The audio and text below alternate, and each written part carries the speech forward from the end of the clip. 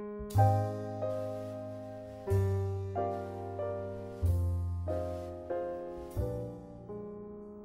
आप जानते हैं कि एक नॉर्मल इंसान अपनी जिंदगी के लगभग 25 साल केवल और केवल सोने में बिताता है ना इंटरेस्टिंग। और इससे भी ज्यादा जो इंटरेस्टिंग है वो ये है कि इतना ज्यादा सोने के बाद भी हमारी नींद पूरी नहीं हो पा रही है, और इसी के चलते आज पूरी दुनिया स्लीप डेप्रिवेशन यानी कि नींद की कमी जैसी महामारी का शिकार बनी हुई है। और अब ऐसा बिल्कुल नहीं है कि हम भारतीय इस समस्या से बचे हुए हैं। द हिंदू के एक आर्टिकल के अनुसार इंडिया में तेजी से बढ़ते डायबिटीज, हार्ट अटैक और कैंसर के केसेस के पीछे यही नींद का ना पूरा होना सबसे बड़ा रीजन बताया गया है।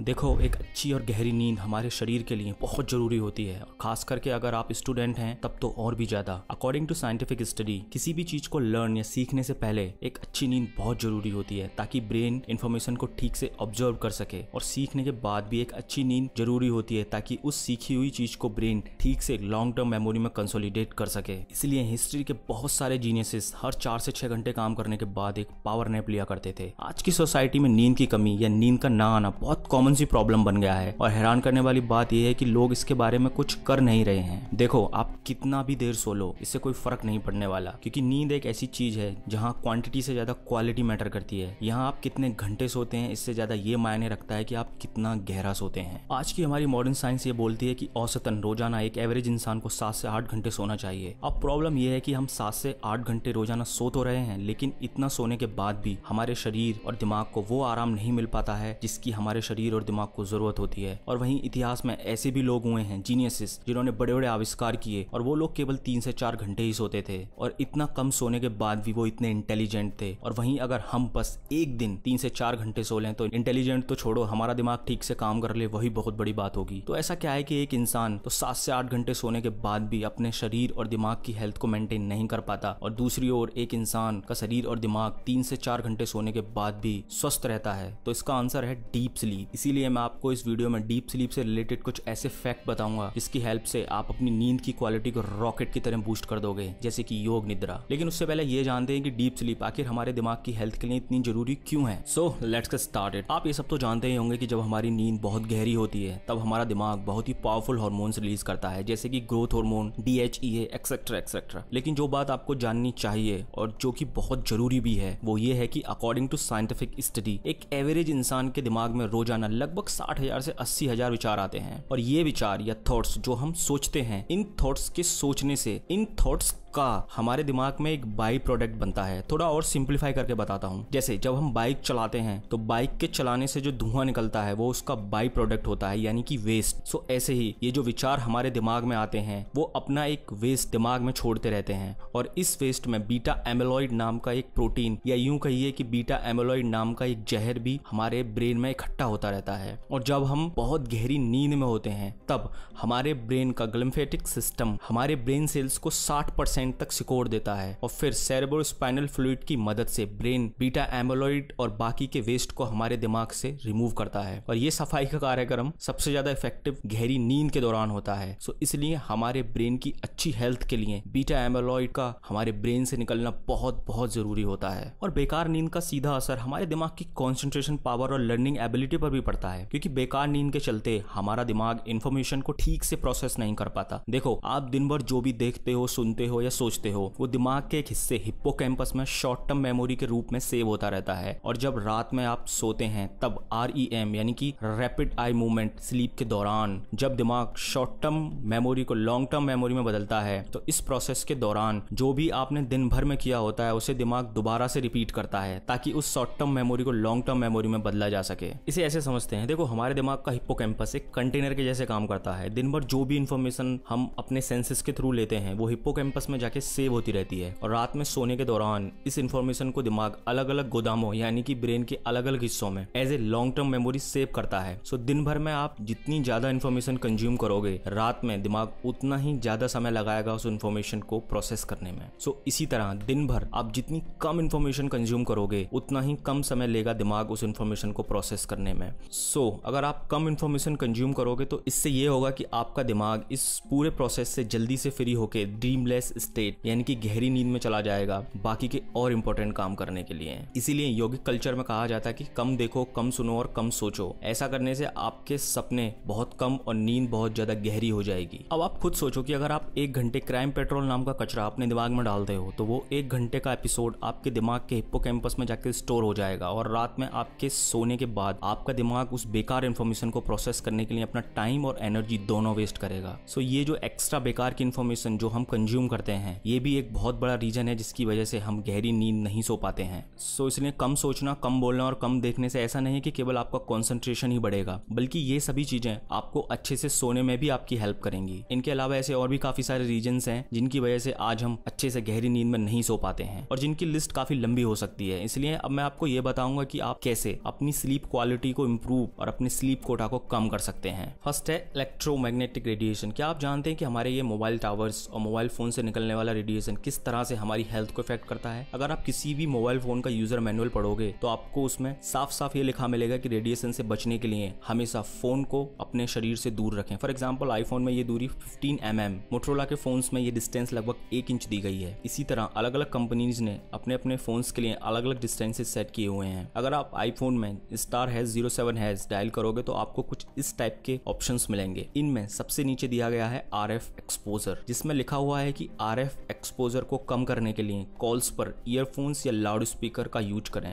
लेकिन ज्यादातर लोगों को इसके बारे में पता तक नहीं होता, तो लाउड स्पीकर या ईयरफोन्स यूज करने का तो सवाल ही नहीं उठता और कंपनीज भी इसके बारे में नहीं बताती हैं। क्या आप जानते हैं कि 2011 में WHO द्वारा पब्लिश एक रिपोर्ट में बताया गया था कि मोबाइल या मोबाइल टावर से निकलने वाली रेडियो फ्रिक्वेंसी से ब्रेन में ग्लाइमो नाम का कैंसर हो सकता है। इसलिए फोन पर बात करते समय ईयरफोन्स या लाउड स्पीकर का ही यूज करें। कान पर लगाकर फोन पर तभी बात करें जो बहुत ज्यादा जरूरी हो। डेनमार्क में स्कूल के कुछ स्टूडेंट्स पर एक रिसर्च की गई थी और इस रिसर्च के रिजल्ट ने सबको हिला कर रख दिया था। ये रिसर्च कुछ इस प्रकार थी कि सोते समय जिन स्टूडेंट्स के आसपास कोई फोन या चालू वाईफाई राउटर था वो स्टूडेंट्स अगले दिन किसी भी चीज पर ठीक से कॉन्सेंट्रेट नहीं कर पा रहे थे। मतलब कि फोन्स और वाईफाई राउटर से निकलने वाली फ्रीक्वेंसीज हमारे ब्रेन की कॉन्सेंट्रेट करने की एबिलिटी को कम कर देती हैं। इसका रीजन भी मैं आपको बताऊंगा, लेकिन उससे पहले मैं आपको कुछ और साइंटिफिक स्टडी दिखाना चाहता हूं। ये देखिए, EMR यानी कि electromagnetic radiation reduces melatonin in animals and people. दूसरी स्टडी ये कहती है कि इतने हर्ट्ज का मैग्नेटिक फील्ड हमारे ब्रेन के पीनियल ग्लैंड को इफेक्ट करता है। और तीसरी स्टडी में भी ये साफ साफ लिखा है कि रेडियो फ्रिक्वेंसीज हमारे ब्रेन में बनने वाले मेलाटोनिन को कम कर देती हैं। देखो, हमारे मोबाइल्स या वाईफाई राउटर से निकलने वाली रेडियो वेव्स की फ्रिक्वेंसी लगभग लाइट की फ्रिक्वेंसी से मिलती जुलती होती है और रात में सोने के दौरान हमारा दिमाग मोबाइल्स या वाईफाई राउटर से निकलने वाली फ्रिक्वेंसीज को लाइट की फ्रिक्वेंसी समझ लेता है और जिसके चलते हमारा दिमाग डीप स्लीप यानी कि गहरी नींद तक नहीं पहुंच पाता है। और इसी के चलते बीटा एमोलॉइड नाम का जो जहर हमारे दिमाग में दिन भर बनता है उसे हमारा दिमाग ठीक से साफ नहीं कर पाता है और गहरी नींद के अभाव में शरीर को प्रॉपर रेस्ट भी नहीं मिल पाता, जिसके चलते हमारा एनर्जी लेवल भी बहुत कम हो जाता है और हमारी कंसंट्रेशन पावर भी। देखो, रात में सोने के दौरान जब बॉडी अपने आप को रिपेयर करती है तब इस प्रोसेस के दौरान हमारे शरीर में बहुत ही हार्मफुल फ्री रेडिकल्स बनते हैं और इन फ्री रेडिकल्स को बॉडी से हटाने के लिए ब्रेन मेलाटोनिन हार्मोन को प्रोड्यूस करता है ताकि इन हार्मफुल फ्री रेडिकल्स को शरीर से बाहर निकाला जा सके। लेकिन अगर सोने के दौरान हमारे आसपास कोई फोन या वाईफाई राउटर होता है तो इसके चलते ब्रेन पर्याप्त मात्रा में मेलाटोनिन नहीं बना पाता, जिसके चलते हमारी इम्यूनिटी वीक होने लगती है और जिसके चलते हमें नई नई तरीके की बीमारी होने की संभावना बढ़ जाती है। इसलिए सोते समय हमेशा वाईफाई राउटर को बंद और फोन को अपने से काफी दूर रखकर सोएं और सोने से लगभग 1 घंटा पहले फोन और कंप्यूटर का यूज ना करें, क्योंकि इनसे निकलने वाली ब्लू लाइट्स के चलते सोने के दौरान ब्रेन को प्रॉपर रेस्ट नहीं मिल पाता। और अगर आप कंप्यूटर ज्यादा यूज करते हैं तो f.lux नाम का सॉफ्टवेयर यूज करें। ये सॉफ्टवेयर आपके कंप्यूटर से निकलने वाली ब्लू लाइट को लगभग खत्म कर देगा। नेक्स्ट है omega 3 fatty acids. Omega 3 fatty acids पर अब तक हजारों रिसर्च हो चुकी हैं और सभी की सभी रिसर्च एक ही बात बोलती हैं कि ओमेगा 3 फैटी एसिड्स हमारी ओवरऑल हेल्थ के लिए बहुत ज्यादा जरूरी होते हैं, खासकर दिल और दिमाग के लिए। लेकिन यहाँ जो रिसर्च मैं आपको दिखाना चाहता हूँ वो है ये रिसर्च। अगर आपको याद हो तो मैंने आपको बताया था कि गहरी नींद के दौरान हमारे दिमाग का लिम्फेटिक सिस्टम सेरेब्रोस्पाइनल फ्लूइड की मदद से एमिलॉइड बीटा नाम के जहर को हमारे दिमाग से साफ करता है। So according to this research omega 3 fatty acids हमारे ब्रेन में बनने वाले वेस्ट को हमारे दिमाग से साफ करने में लिम्फेटिक सिस्टम की मदद करते हैं और इन दोनों स्टडीज के अनुसार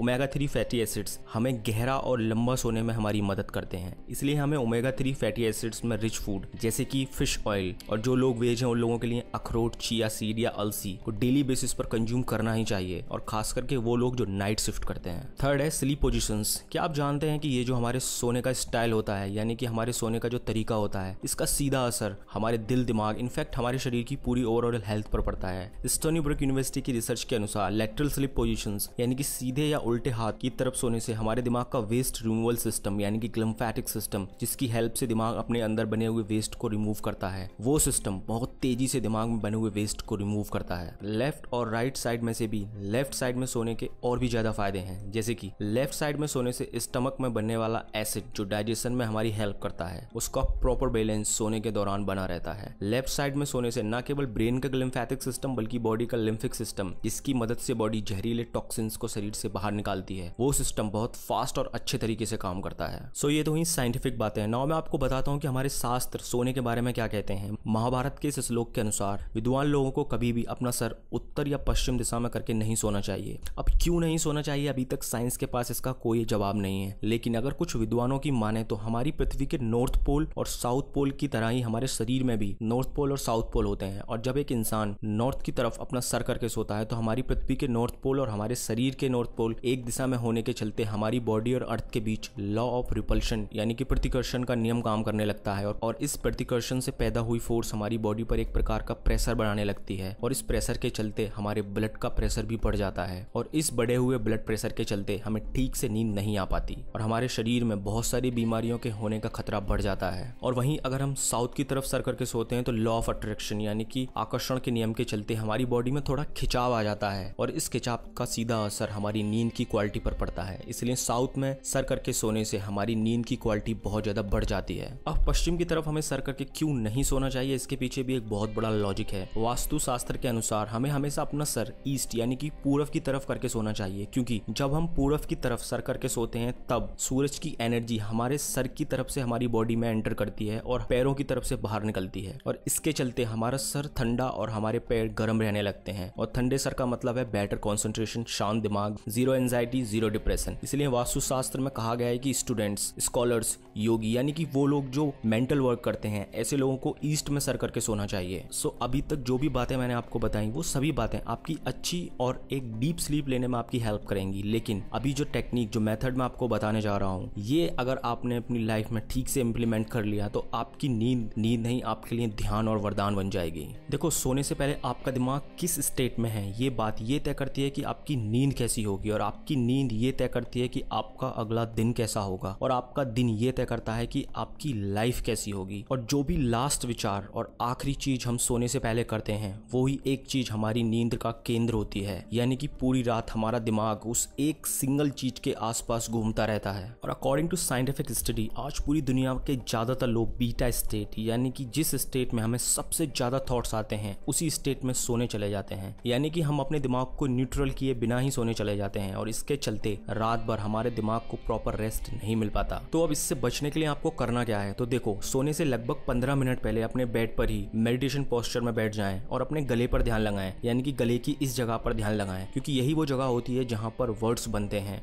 और बिना वर्ड के कोई थॉट दिमाग में आ ही नहीं सकती। असल में हम जो भी सोच रहे होते हैं वो मन ही मन में बोल भी रहे होते हैं, और जब आप गले की इस जगह पर ध्यान लगाओगे तो अपनी थॉट्स को बहुत जल्दी सीज कर पाओगे, यानी कि रोक पाओगे। सो बस आपको इतना करना है कि गले की इस जगह पर ध्यान लगाना है, और जब आपको लगे कि मैं मन ही मन कुछ बोल रहा हूँ तो बस आपको बोलना बंद करना है। इससे आपकी थॉट्स अपने आप बंद हो जाएंगी। ये मेडिटेशन बस आपको 15 से 20 मिनट तक करना है, उसके बाद बस आपको सो जाना है। और इस मेडिटेशन को खत्म करने के बाद अगर आपको 5 से 10 मिनट के अंदर नींद आ गई तो उसके बाद की आपकी सारी नींद ध्यान में बदल जाएगी, और इतनी पावरफुल नींद के बाद जब आप सो के उठोगे तो आपको इसका असर अपनी कंसंट्रेशन पावर और एनर्जी लेवल में देखने को मिल जाएगा। लेकिन नींद आपको मेडिटेशन के 5 से 10 मिनट के अंदर आ ही जानी चाहिए, क्योंकि 5 से 10 मिनट के बाद हमारा दिमाग पुरानी स्टेट में लौटने लगता है और हमारे दिमाग में फिर से इधर उधर के विचार आने लगते हैं। इसलिए मैक्सिमम बेनिफिट के लिए नींद का 5 से 10 मिनट के अंदर आना बहुत जरूरी है। इसलिए सोने तभी जाएं जब सच में लगे कि अब सोना चाहिए। नेक्स्ट है योग निद्रा यानी कि कॉन्शियस स्लीप। योग निद्रा बुक के लेखक स्वामी सत्य आनंद सरस्वती जी अपनी बुक में लिखते हैं कि 1 घंटे की योग निद्रा लगभग 4 घंटे की नींद के बराबर होती है। वेस्टर्न वर्ल्ड में योग निद्रा को बेंसन रिलैक्सेशन रिस्पॉन्स कहा जाता है और इस टॉपिक पर सैकड़ों साइंटिफिक स्टडी हो चुकी हैं और सभी की सभी स्टडीज ये कहती हैं कि योग निद्रा से हमारे शरीर पर होने वाले बेनिफिट्स असीमित हैं। योग निद्रा से एक इंसान की बॉडी कुछ ही समय में इतनी डीप रिलैक्सेशन में चली जाती है कि एक साधारण नींद से कभी नहीं जा सकती। वैसे तो एक कंप्लीट योग निद्रा के काफी स्टेप्स होते हैं, जैसे कि प्रिपरेशन, रिलैक्सेशन, संकल्प, ध्यान को शरीर में घुमाना, फिर है ब्रीदिंग, इमेज विजुअलाइजेशन और फिर से आखिर में आता है संकल्प। योग निद्रा का स्वामी सत्य आनंद सरस्वती जी ने छोटा वर्जन भी अपनी बुक में बताया है, जिसे हमें सोने से पहले करना चाहिए। तो इसके लिए सबसे पहले आप जहां भी सोते हैं वहां आपको शव आसन की स्थिति में हथेलियां ऊपर करके बिना तकिए के लेट जाना है। उसके बाद 3 से 4 लंबी लंबी सांसें लेनी है। उसके बाद आपको अपने पूरे शरीर में ध्यान को घुमाना है, यानी कि रोटेशन ऑफ कॉन्शियसनेस। ये आपको शुरू करना है अपने लेफ्ट पैर के अंगूठे से। उसके बाद फिर लेफ्ट पैर की सारी उंगलियां एक एक करके, फिर पूरा लेफ्ट पैर, फिर एंकल से लेके घुटने तक। इसी तरह आपको अपनी पूरी बॉडी के हर एक पार्ट में अपने ध्यान या कॉन्शियसनेस को लेके जाना है। उसके बाद आखिर में आपको अपनी चेस्ट यानी कि अनाहत चक्रा पर आकर अपने ध्यान को रोक देना है और फिर इसके बाद आपको अपनी सांस ब्रीद इन और ब्रीद आउट को 27 से लेके 1 तक गिनना है, यानी कि एक बार ब्रीद इन पर 27 बोलना है मन ही मन में और एक बार ब्रीद आउट पर। ऐसे ही आपको 1 तक जाना है। 1 पर आने के बाद आपको अपनी आंखों को खोलना है, थोड़ा शरीर को स्ट्रेच करना है और चुपचाप से सो जाना है। और योग निद्रा करते समय आपको ये याद रखना है कि आपको सोना नहीं है। That's it. अगर आप किसी भी तरह से इस टेक्निक में मास्टर हो गए तो आपकी नींद आपके लिए वरदान के जैसे काम